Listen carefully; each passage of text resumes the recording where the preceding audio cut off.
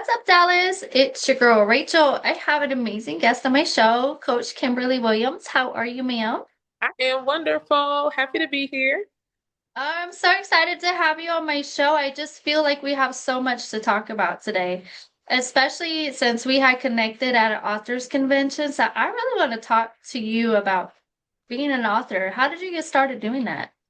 Well, I think I've always had something to say all my life, and I didn't really express myself very well growing up. And so I would write poems. I would just write short letters. I would just always just write open letters about things. Mhm. And naturally, as I continued to grow, my friends would be like, "When are you writing your book? When are you writing your books?" And so they would always ask me year after year after year. And finally, I felt like I was in a place to where what I was saying matters enough Mhm.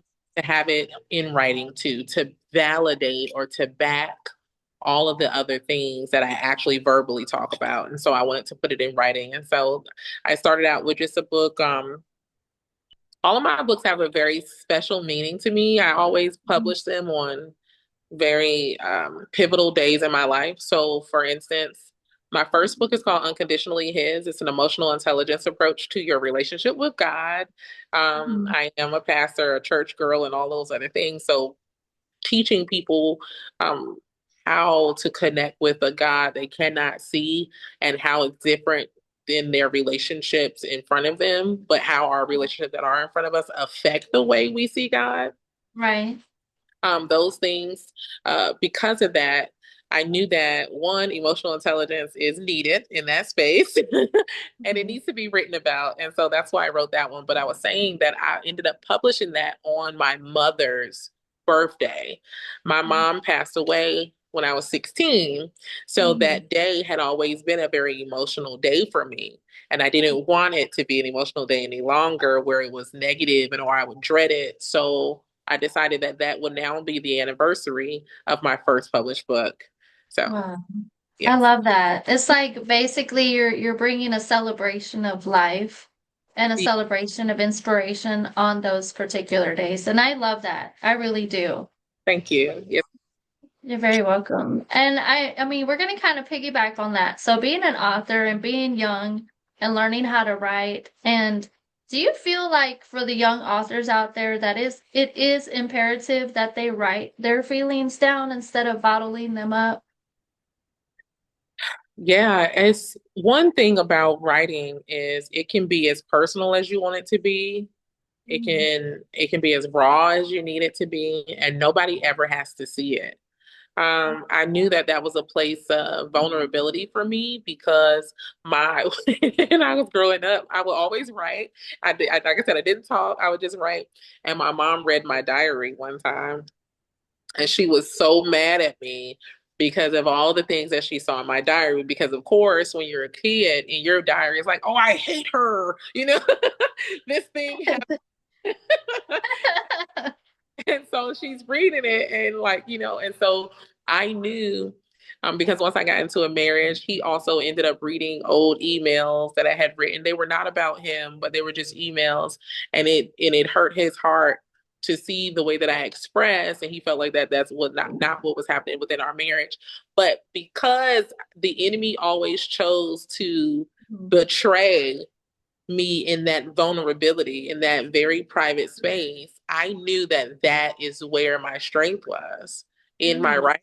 And that's why I was always targeted and supposedly exposed from my writing. So I was like, I know you have to write it out. You have to be willing to be completely transparent in your writing. Don't hold back because when you release it and once you read over it will start to help you to one, recognize what you're experiencing and dealing with. And number two, you'll start to see the pattern and you can find a solution to whatever you're experiencing anyway, if you write it out.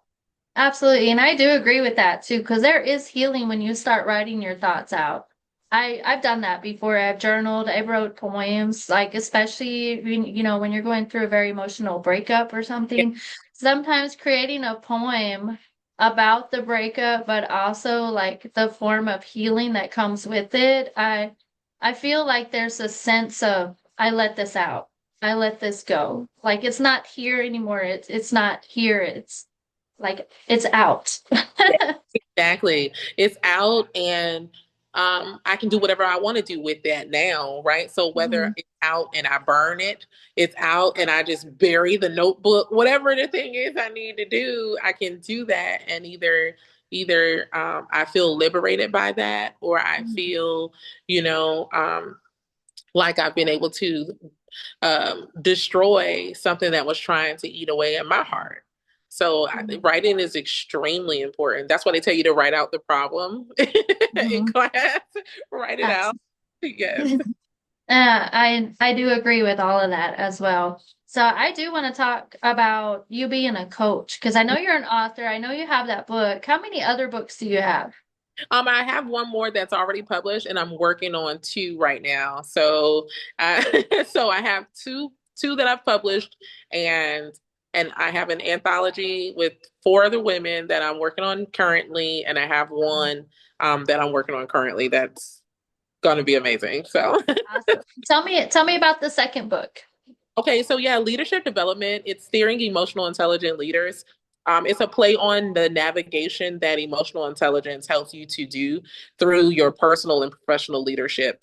And I kind of use nautical verbiage as that steering because it's so important to have that dead center um, to be able to get you from one place to the next. And it's something so small, right? And Mhm. something that can be overlooked and you think it's under control, but the moment it gets tilted in the wrong way, it can take you years in the wrong direction.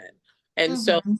to me, that is a clear illustration of how emotional intelligence, when it's in the wrong direction, it can take you as a leader in the wrong way. And it can have you being or becoming or personifying leadership that is not becoming of who you actually are and who you've been called to be. There are various types of leaders.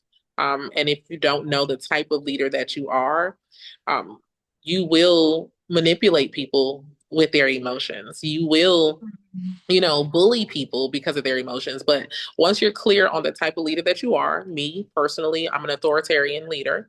Mhm. I did not ask to be that way. I just am. I mean, can I say what I mean?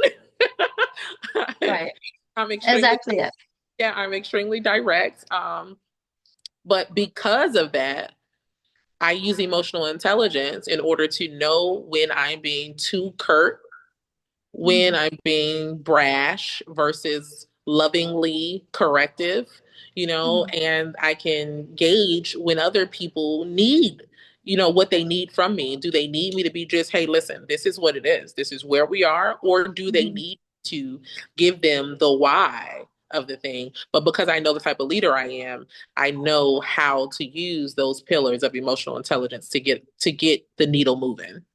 Oh yeah, I understand that too. So I've been watching your Facebook, your Instagram and stuff. So you actually have a course over emotional intelligence. And I know that there's a lot of things on social media where people are talking. This is like a hot topic.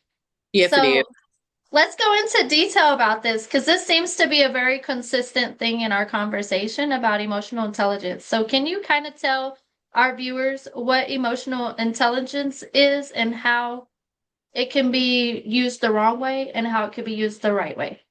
Absolutely. Okay, so emotional intelligence is the ability to use, manage, and to relate to the emotions of yourself and others. It can be used incorrectly or manipulated um, when you are an insecure leader. And so Mhm. when you're an insecure leader, but you know about emotional intelligence, you will use what you know, the intel that you get from Mhm. about others and their comforts or discomforts in order to manipulate them into actions that you want them to have to control them. and that's where the narcissist comes into play. um, Mhm. and you can use it to do good if you are a leader who's a healthy leader, right? And so it helps you to know the morale of the people around you, know what it takes, what drives them, what brightens their day. It helps you to create atmospheres and cultures that build on um, whatever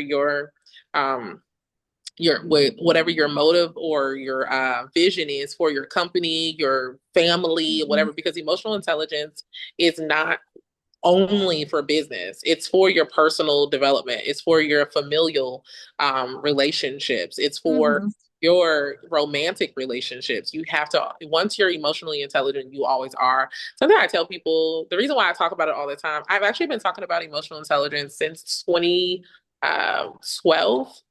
Mhm. Um, 2011, 2012, and I didn't know that it was popular. I didn't even realize that I had emotional intelligence. Someone else had to tell me Mhm. because I was doing some certifications for anger management, post traumatic stress disorders, like those sort of certifications in order to help other veterans. I'm a Mhm. veteran of the Army. And so I wanted to do courses and classes for veterans to help them to overcome their emotions, etc. While I'm taking these courses and doing the certifications, the instructor says, "Do you know what emotional intelligence is?" And I was like, "No." He was like, "Your emotional intelligence." And I was like, "I am." And it was like, yes. And I said, okay, well, he's like, you need to look it up and then come back and talk to me. And so I looked it up and I was like, oh, I just thought that meant that I thought for me, I've always been the person to kind of I look at the consequence of my words before I say Mhm. them. I look at the consequences of actions of others. I'm just, for me, I thought that was just that hypervigilance, right? Like, I Mhm. want to know what's going to happen and how can I circumvent that? What can we do differently in order to get a different result? Because I think the different result would be the best result. And Mhm. so I like to have conversations about emotional intelligence in such a casual way because it covers every area of our lives. And because of how popular it's become, Mhm. everybody thinks that they're an expert on emotional intelligence, but they have extremely broken viewpoints and Right. perspectives. And it makes me sad, but and I'll say this is what I was going to start to say, but I stopped myself. So according to a Harvard business study, there is literally only 5% of the world's population that are emotionally intelligent Mhm. naturally. And I Mhm. just happen to be one of those people, one of those. Now, all the 95 other percent, they're all practicing and they're all putting into play either every day, every now and again when they remember, they're putting into play, those elements of emotional intelligence, and they may not be doing them all at once, right? So you can have a person who's self-aware. They're so self-aware that they're also aware of you. And so that Mhm. person doesn't practice all of the totality of emotional intelligence. That's the person that's manipulating you with your emotions. Mhm. That's the person who's using emotional intelligence against you. Mhm. Because they're not fully developed in it, right? Because when you're Mhm. fully developed in it, at the end of all of the pillars of emotional intelligence, and I've added two, there are five, but I added two, just in my own studies. The way that we manage emotions is also a pillar in its own right. Our Mhm. resilience is a pillar of emotional intelligence. It's not a byproduct. It's a pillar. It's one of those things. In order to say you're emotionally intelligent, you have to be a resilient person. You can't be Mhm. that falls apart and you say you're emotionally intelligent. That's not they're not the same. Okay, so Mhm. I added those two. So that's why I wrote that in my latest book. I wrote the 7 pillars of emotional intelligence to steer an emotional intelligent leader, and resilience is one of them. But the reason why I'm saying that is to say that if you are a person who's aware of everyone's emotions, including yours, but you do not have the social skill to relate to people on their Mhm. level, and whether it's children or adults, you are not emotionally intelligent. You're just self-aware. Mm-hmm. If you're a person who is self-aware and let's say you do know how to handle yourself in certain settings, so you've learned how to numb yourself in certain settings, and you have restraint, but you're not regulated, Mm-hmm. you don't have emotional intelligence. Mm. There's a difference. And so that's why I don't get into arguments with people about what emotional intelligence is or isn't. I don't really go back and forward. And I do so and I've been talking about it, like most of the stuff that I'm posting, it's recycled. I posted it every year on that day. It's Mm. just a memory and I'm just like, oh, let me reshare this today. And because it's still true. It doesn't Mm. change.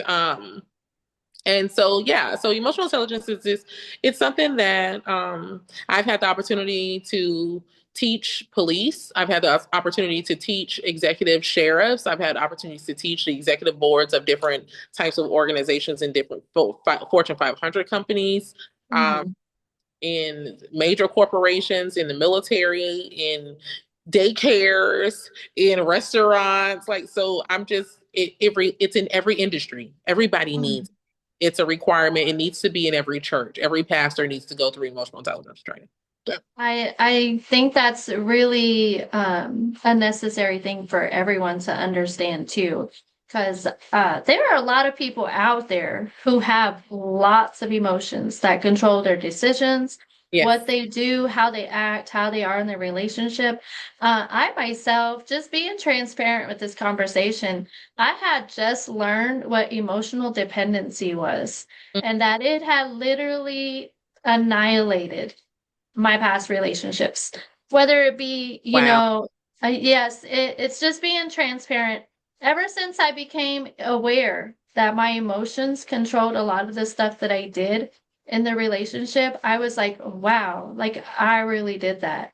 Like it wasn't just me, but I took accountability for Yes. my part on Yes. what happened because I never learned how to control my emotions. I was very, what's the word? I wanted someone to love me, but I Hmm. didn't know how love was supposed to be. I was never taught what love was supposed to be. I was desperate for it, Hmm. Let's be real. Let's be real, emotional trauma, that kind of stuff, I was desperate for that kind of love. And I just became aware of it just this year about Yeah. emotional dependency. And I've been trying to talk about it so much to people because I just I shifted the way that I react Hmm. in situations now. Like I divert my attention, like say if some I text someone and I was depending on how they were going to react to me on how I was going to feel that day. So I say for instance if they were actually like not messaging me, like say they were busy, but mentally, I would think that that person didn't want to talk to me. Like they were just ignoring me. So maybe I'm not good enough for that attention or something. And it spewed some kind of emotion inside of me. And I was like, oh, I really did that. Like I really felt like that.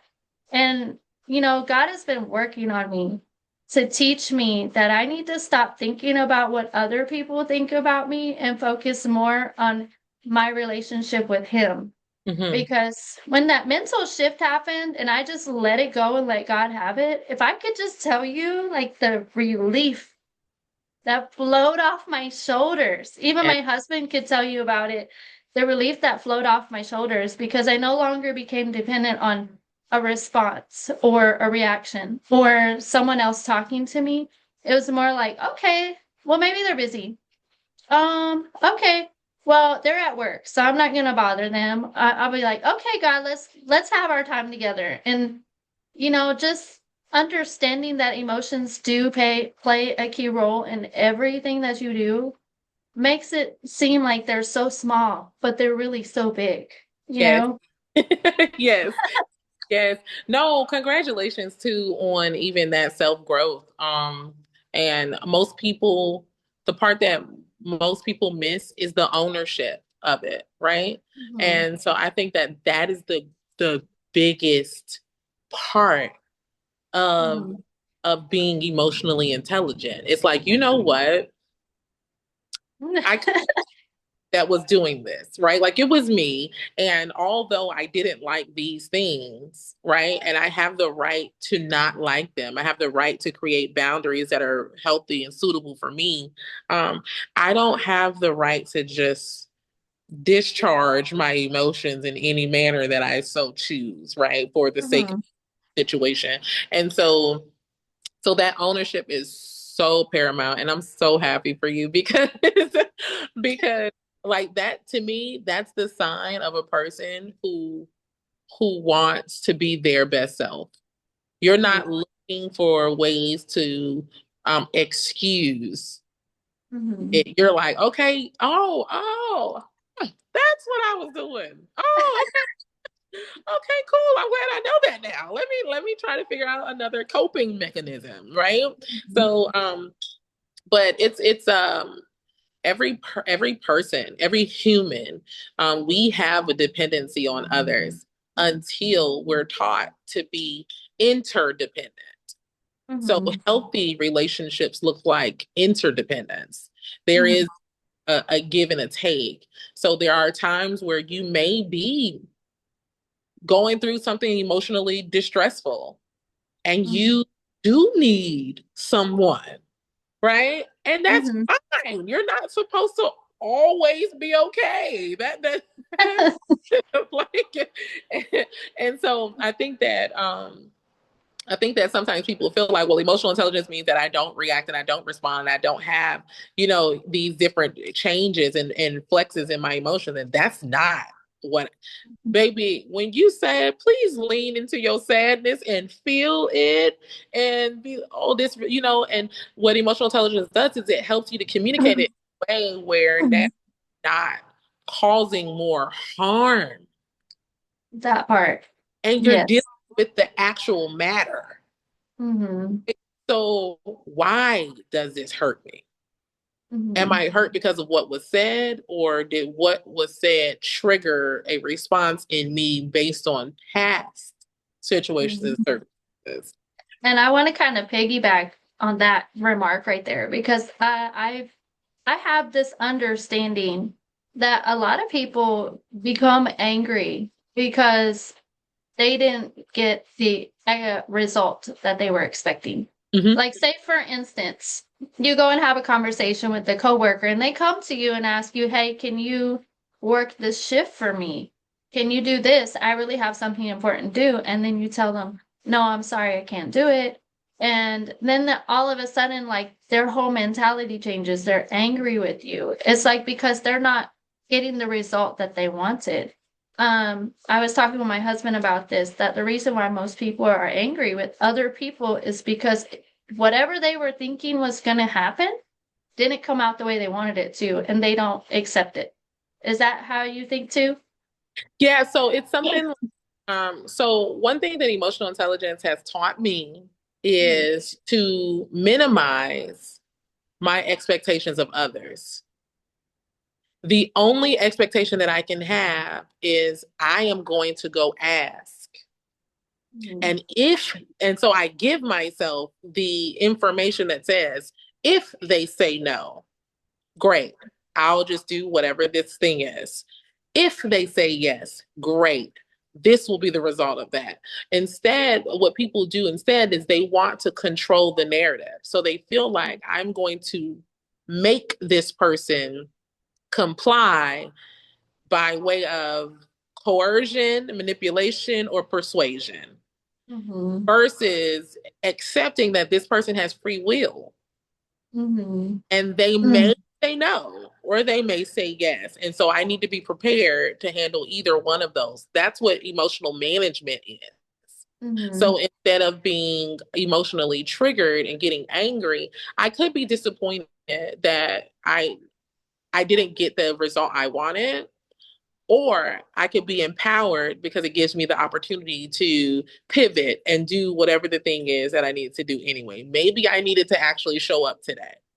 Maybe Mhm. there's something in it for me, right? To be here and I can't skip out on it. So let me be optimistic, have my eyes open, and look for the God in this because God is the only one who is divine enough to create circumstances that makes me have to do the things that I'm trying to get out of. It's just God, nobody else. So That part. That part. And he will never put you in a situation where you'll be hurt. He's always providing a way out. Like God cannot hurt people. He doesn't hurt people. That's not how God is. He always provides. He's good. God is good. yes, And I wish people would understand that too. So kind of going into this next question for you. So you're a guest speaker in the He Knows My Name conference. Is that right? yes.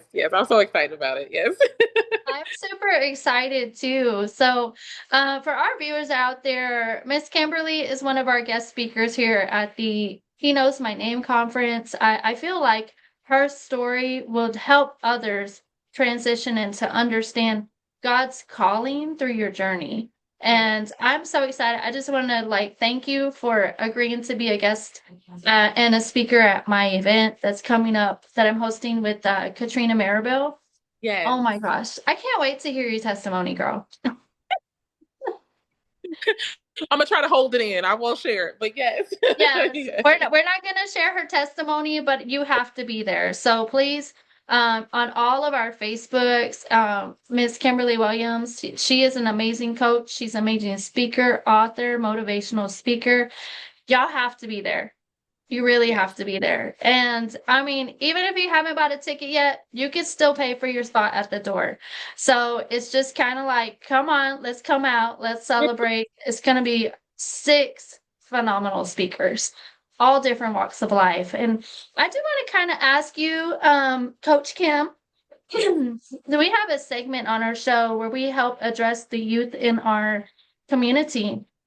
So, say there was a young lady or a young man that was walking in your journey and they wanted to be an author too. What advice would you tell them? Um, I would tell them to write down every reason they think that they can't, and then take time to think through it and find a solution as to why they can. Mm-hmm. And once they do that, it'll lead them to their story. Mm-hmm. And that's what you write. You write that Mm-hmm. story because a lot of what keeps us silent, let's say, for instance, if it's like, well, I'm still young, I don't really know what I'll write about, or I haven't lived enough life yet. Um, People are waiting to hear from you. They're really, waiting for the roadmap that you clearly used to get to the stage that you are in life. And a lot of times it's in your book. And I'll say this is something that my mentor taught me is books are for the future. They're not for the present. And so when you're writing, if you have people who will be reading what you've written as if it's for their right now and it's going to Mm-hmm. help them in that moment. And it can be 20 years from now. I always put people in positions to read um, um, what is it, Dare to Lead by Brene Brown. She wrote that book almost 20 years ago. And it's such a strategy giving, empowering, encouraging book for people who find themselves in the traps of hopelessness. And Mm-hmm. even to this day, it still sets people free. And that is what our books are capable of doing if we just take the time to tell the what, the when, the where, the how, and the why, and just put it on paper. It's not as hard as you think it's going to be. It's not, um, and there's no wrong way really to write. It's Mm-hmm. it's art. It really is art, and Mm-hmm. every different. And it's kind of like a painting. What you don't know what it's the story it's going to tell until it's all finished. And you can think you started out one way. I'm a freehand painter, so I think when I'm like getting a piece of a canvas, I think I know I have like an image in my brain, and so I start to try to do that. And then when I see it once it's finished, it's something altogether different, and it's telling a story. And I'm just like, wait a minute, that was in there, okay, girl. So I yeah, love that. So your writing is a form of expression. So I live under this understanding that our stories are meant to change people's lives. And, there's always going to be someone out there that's walking in your shoes that wants to see how your story ends. Yeah. So if you're going to be that person that they're watching, make sure that story ends on a good note because hope is a powerful thing. Yes, it is. Yes, it is. Yeah, no, that's Mhm. awesome. I do like that. Make sure it ends on a good note. I love that. I do. Yeah.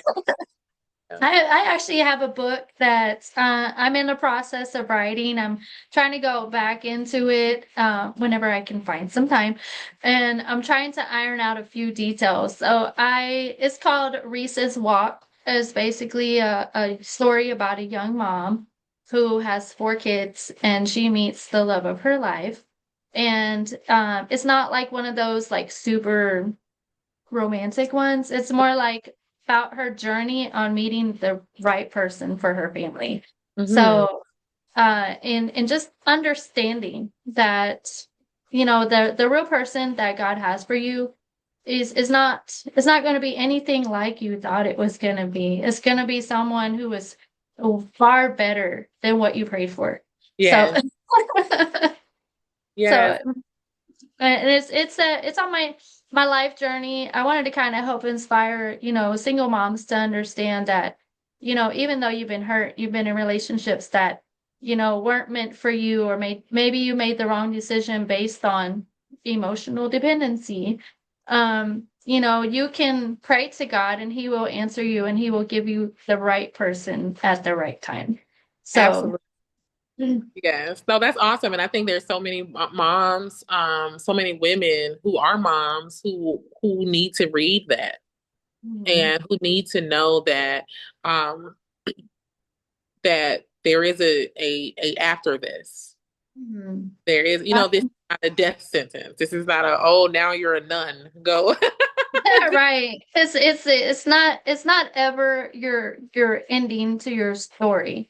Correct. Like for me, I had to understand what love wasn't before I could really appreciate what love really is. Hmm. And I with my marriage right now, like I see my husband, he is nothing like any person I've ever met. Like when I say that I can go to him and I could talk to him about the most sensitive topics like trauma, things like that.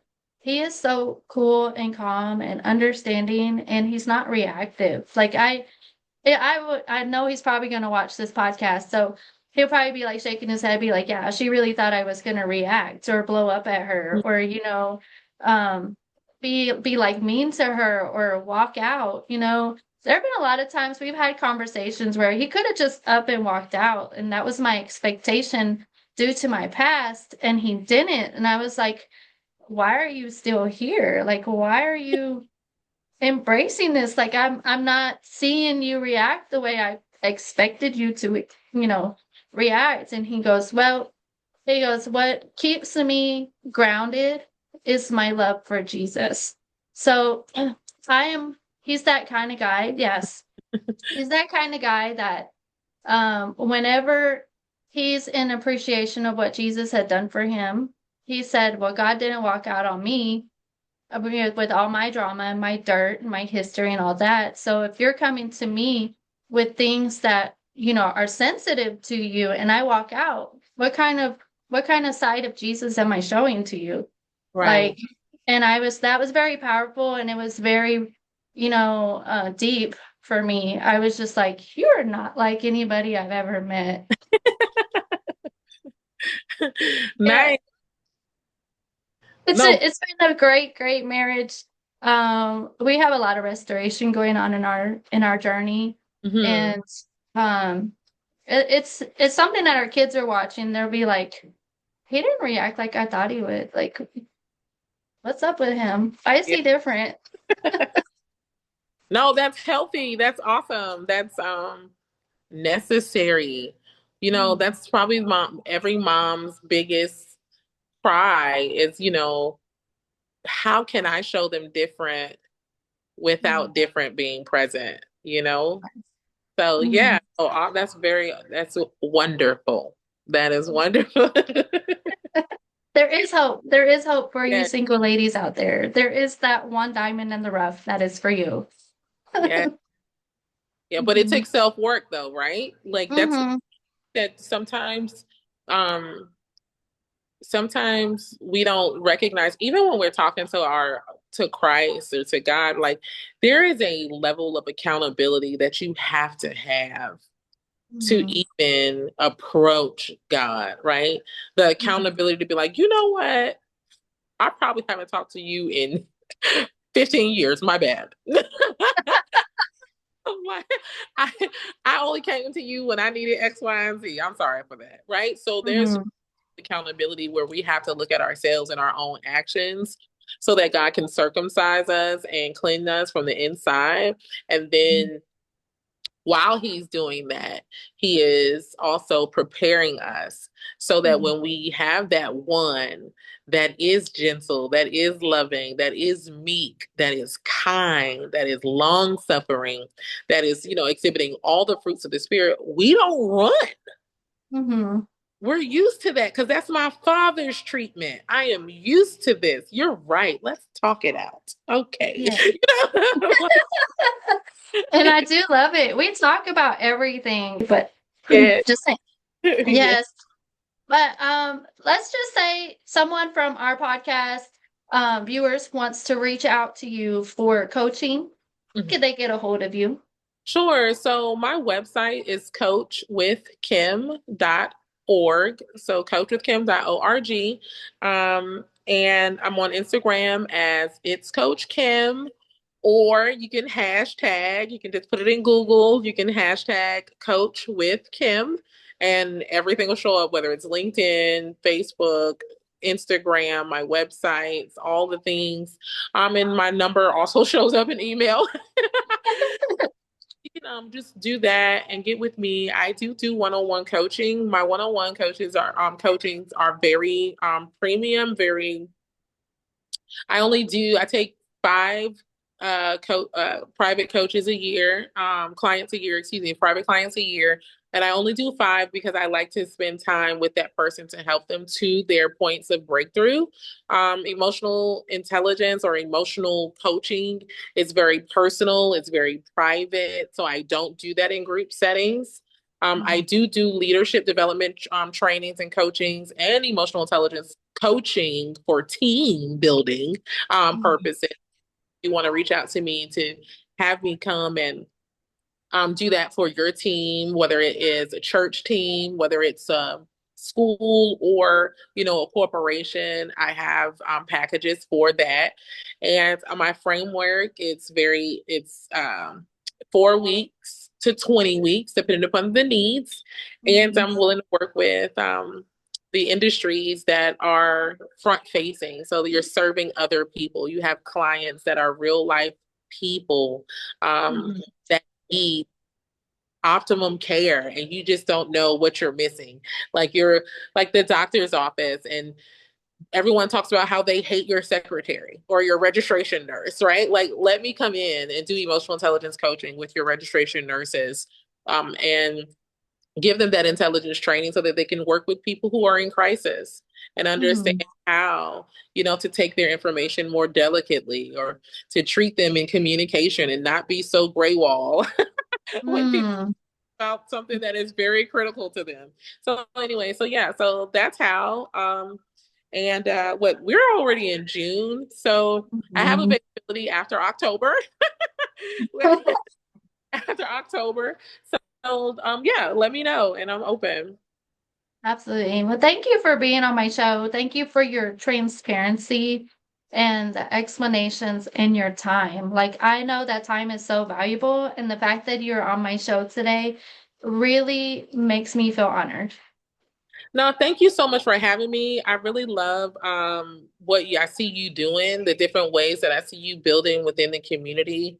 I'm one of those people that like I just watch people quietly just to kind of see how they're gonna ever since I met you. I was like, well, I wonder what this what's up, Dallas? And like what is this about, right? And just seeing just how serious you take what you do and how you present it before the world. That to me is something that I'm like, yes, I can definitely. How can I be a part of it? You're doing because I'm serious about what I do too. So thank you for having. Mhm.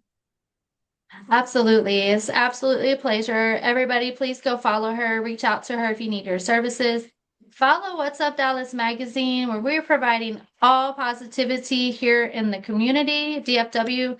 I do want to give a special thanks to all the people that are following us nationally. So that is a big, big, big step for us, as we've been community wide, but we've been getting a lot of national followers who are taking hold of what we're doing right now. So I just want to thank everyone for their love and support. So go follow her, go follow What's Up Dallas Magazine, and we'll be back with another episode. Bye.